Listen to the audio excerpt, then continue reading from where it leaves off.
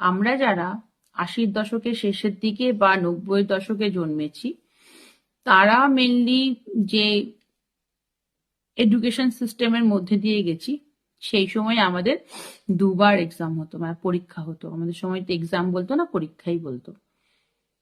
Mainly দুবার পরীক্ষা হতো, একটা হচ্ছে হাফ ইয়ারলি এক্সাম আর একটা হচ্ছে অ্যানুয়াল এক্সাম বা ইয়ারলি এক্সাম।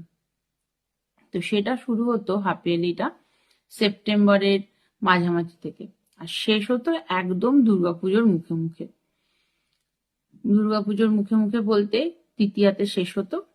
চতুর্থীটা বাদ দিয়ে কোনো কোনো বড় ক্লাসের চতুর্থীর দিনও পরীক্ষা হতো। পঞ্চমীতে আমাদের সমস্ত স্টুডেন্টদের বলা হতো নতুন জামা পরে আসতে বা যে কোনো কালার ড্রেস পরে আসতে, ইউনিফর্মটা বাদ দিয়ে। ওটা আমাদের একটা বিশাল আনন্দ ছিল, বিশাল আনন্দ। তারপরে আমাদের গার্লস স্কুল, সে গল্প অন্যদিন বলা যাবে। মেনলি যেটা বলার সেটা হচ্ছে বিশাল আনন্দ। তারপরে এই দুর্গাপুজো পড়ে গেল, লক্ষ্মী পুজো, কালী পুজো, ভাইফোঁটার পরে একদম আমাদের স্কুল খুলতো, তারপরে আমাদের রেজাল্ট আউট হতো। আর আমাদের অ্যানুয়াল এক্সামটা হতো চৈত্র মাসে, মানে মার্চের মাঝামাঝি থেকে একদম শুরু হতো, আর পয়লা বৈশাখের আগে শেষ হতো। পয়লা বৈশাখটা ছুটি থাকতো, ছুটি হয়ে আমাদের মে মাসে স্কুল খুলে আমাদের রেজাল্ট আউট হতো। তারপর কিছুদিন স্কুল হয়ে আবার গরমে ছুটি পড়ে যেত। তাহলে বেসিক্যালি আমি যেটা বলতে চাইছি সেটা হচ্ছে আমাদের সময়ে মল মাসে এক্সাম হতো, যে সময় কোনো বিয়ে কোনো অনুষ্ঠান থাকতো না।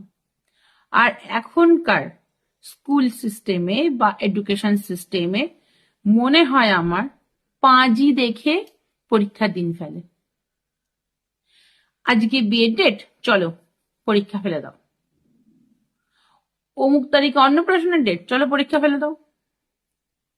কালকে আমাদের একটা বিয়ে বাড়ি ছিল, একদম পাশে আমার ননদের বিয়ে, একদম আমাদের বাড়ির লাগোয়া। ওখানে আমরা গেলাম সন্ধ্যাবেলা না, 9টার সময় গেলাম।